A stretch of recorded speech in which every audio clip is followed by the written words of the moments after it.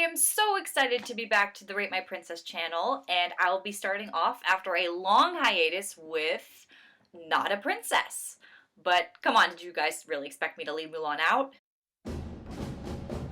Hi guys! Where's this chick from? Allow me to begin by displaying for you the chronological inconsistencies in the Mulan movie universe. Mulan the folktale is set in the Northern Wei dynasty. Mulan the movie is set in the Han dynasty. They broke ground on the Great Wall during the Qin dynasty. Gunpowder was invented during the Tang dynasty, but cannons weren't invented until the Yuan dynasty. And we don't know if the Huns ever actually invaded China. Turn down for what? Paring the movie down from the stylistic choices down to the barest essentials, we're left with this. We have an emperor, an adversary called the Huns, and a wall. Historians can't put an exact date on when the Huns invaded China because they're not exactly sure if they ever did. A couple theories have been thrown around about Iranian Huns, but for the most part, the Huns did their best dirty work in Eastern Europe and the Persian Empire, so the Huns can't be our historical litmus test. So I'm making the wall the litmus test instead. At the beginning of the first film, Shan Yu declares that by building his wall, he challenged my strength.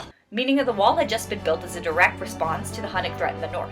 The Great Wall began in earnest during the Qin dynasty when the emperor, Qin Shi Huang, united the warring states and ordered the construction of a wall to the north to protect China from the threat of the Xiongnu, which coincidentally, many historians conflate with the Huns. I mean, it's almost in the name. Shan Yu, Xiongnu. So here's the thing, the Qin dynasty is very short. It's an effective but brief decade under the reign of Qin Shi Huang. It collapses after his death into 18 feudal states. These states are later reunified into the Han dynasty. Since the emperor is looking pretty long in the tooth, I'd say Mulan's main action takes place just at the tipping point between the Qin and the Han dynasties, a few years before the death of the emperor that dissolves the dynasty into chaos. Mulan's kingdom.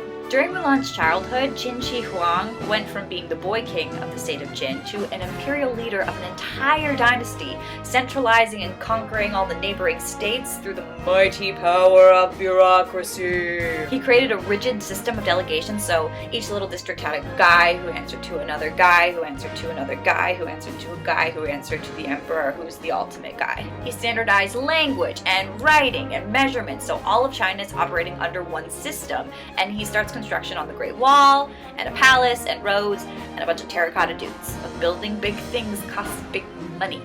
So the emperor taxes on the heavy side, which is never a peasant's favorite thing, and his ambitions come with another cost. Due to the slapdash construction of the Great Wall, hundreds of thousands of workers die in the process of building it. Couple these grievances with the emperor's decision to hold mass book burnings to quell subversive thought, and you have a peasant class on the rise. The main thrust of the dynasty is war, which the emperor sends in two directions. The first war effort, which Mulan is actually a part of, is a small defensive maneuver in the north. It's just 100,000 troops to secure the northern border against the Xiongnu with the help of the Great Wall.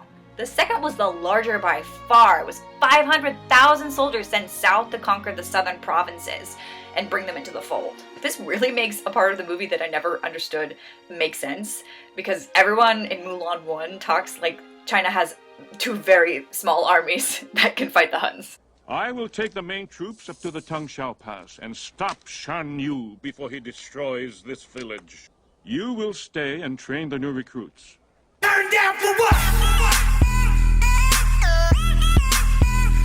We're the only hope for the Emperor now. So I guess the emperor sent literally every other soldier he had to the south, and then Shang and his dad were the only ones left.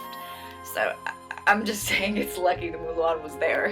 Mulan as the hero of China. Okay, disclaimer, I'm not a monster. I obviously love Mulan. She's awesome. And I'm not trying to be a princess purist, but it's really hard to hold Mulan to the same standard as the other princesses because she doesn't have the same level of responsibility that they do. And no, I'm not talking about whether or not she has royal blood or if she marries into the imperial family. I can play along with the Disney party line that Mulan's bravery earns her a spot on the lineup. It's fine. What I can have is Mulan looking at all the crazy that is the fall of the Qin dynasty and going, okay guys, I'm hanging up my sword now, I'm gonna go retire quietly and go live with my sexy husband and make some cute little pets and babies, bye! No, if Mulan's in the lineup, she's in it for the long haul, no retirements. The only way I can judge Mulan fairly against the other princesses is to assume that her burden as a proclaimed hero of China is one she can't walk away from. That the emperor has conferred a lifelong, inescapable, princess equivalent duty upon her that if she fails would result in catastrophe. Mulan has a lot going for her right off the bat, and in my opinion, she's the most well-developed princess in the canon up to that point. In the first 15 minutes of the movie, you already see that Mulan is inventive, literate, clever, just, and unique.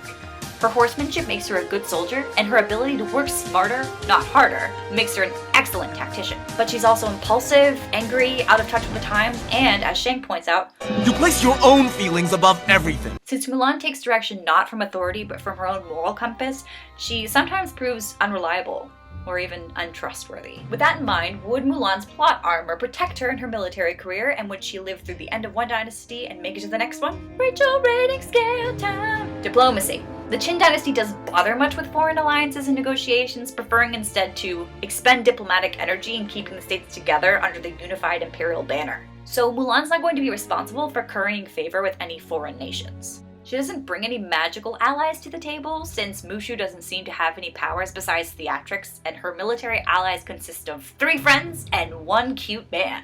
So she comes empty-handed into this category. But the Emperor puts her in a diplomatic capacity in the second movie when he commands her to escort his daughters to Qigong and facilitate their arranged marriages. Considering the Qin dynasty's policy on negotiation, I'll assume Qigong is a fictional province united to the empire recently that needs a strategic marriage to solidify the alliance. So how does Mulan fare as a diplomat? An arranged marriage? Really? So you have no idea what they're like? At all? Mulan, we're ready to go through with the wedding. No. Pretty poorly, Mulan. Pretty poorly.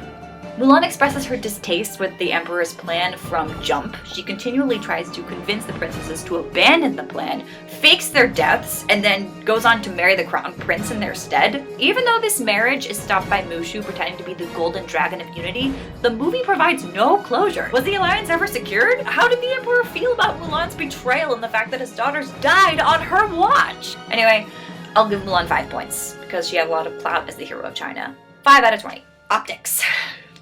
By far the easiest point grab for Mulan. Some might say that her defiance of gender dynamics and status quo would put her at a disadvantage in this category, but Mulan's reasoning is always made clear. I did it to save my father. Mulan is the poster girl for filial piety, which is the biggest trend in Jin and Han philosophy. She commits subversive acts, but they are all out of a sense of respect and deep love for her father. When she has the chance to take full credit for her bravery and become an advisor to the Emperor, she declines humbly so she can return home to serve her parents, which would effectively dispel any disapproval from the most conservative of her critics. She also venerates her ancestors with great frequency. Finally, she makes a good marriage within her social sphere, submitting to the Chinese social order. Mulan goes against the grain in private, but her most public decisions show her willingness to ultimately surrender to Chinese ideals. Additionally, Mulan doesn't seem to suffer any flack for her decision to impersonate a man. She gets her own Frodo moment at the end of the first movie, and she's beloved by the village in the second. 10 out of 10. Economics. The Qin dynasty is in major debt because of all the public and private works projects the emperor rolls out, putting a heavy burden of taxes on everyone to finish the wall, the roads, and the palaces. And Mulan has no money, and realistically she has no immediate means of getting any. 0 out of 20. Influence. Mulan is personally responsible for saving the emperor from an assassination attempt. And to put it in perspective, Qin Shi Huang was the target of 3 different assassination attempts, so this is fictional number 4. He immediately rewards her for this and even offers her a job as his personal secretary, which would have been an incredibly powerful position in bureaucratic Qin China. Even though she doesn't take the job, she still has his deepest trust and is given the task of caring for his daughters, which she really screws the pooch on. Fa Mulan, it's love! Yao and myself, Shampoo and Sue. And myself and Lingy Bear. I mean Ling. Your Highnesses, you swore a vow to be married in Qigong. If your father saw you now, breaking that vow, what would he say? No.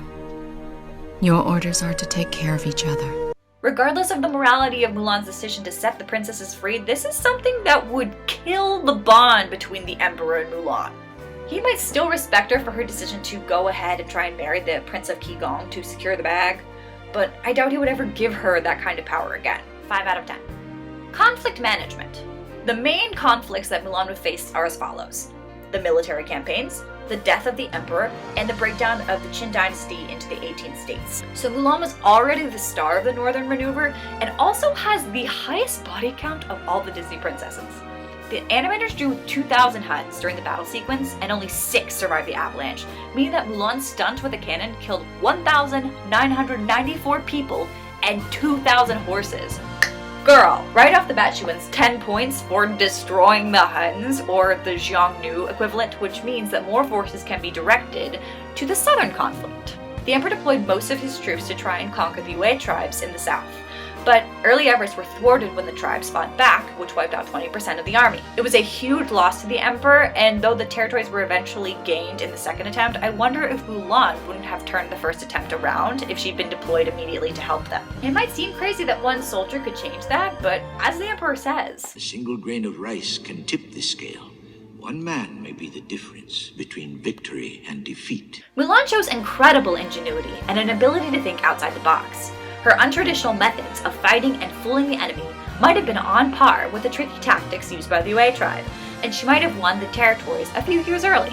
Mulan's luck is good, so I think she could survive both wars, but whether she could survive what comes next is up for debate. You see, Qin Shi Huang went a little cuckoo bananas near the end of his reign. After all these assassination attempts, he became a little obsessed with immortality and trying to find the elixir of life, and he spent numerous resources trying to find a magical island with a wizard who would help him make it. He sent plenty of trusted soldiers and advisors in search of this island, and when they weren't able to bring him the elixir, he would execute them. Would Mulan have been among this number? I think it's highly likely. At this point, her execution is 50-50. Maybe popular opinion would have saved her, or maybe she was clever enough to fool the emperor into thinking that she'd found the elixir, or maybe she would have been killed with the rest of the soldiers and scholars and people who failed to bring the emperor back the Fountain of Youth. If she did survive it, she would also have to survive what came next, too. When the emperor failed to achieve immortality and died, ministers installed his weakest son on the throne and manipulated him through a short reign of terror where more money was spent, the army was enlarged, and the peasants revolted. If Mulan didn't get caught in court politics and she scurried on home, it's possible that she and Shang could have held out until the Han Dynasty kicked in.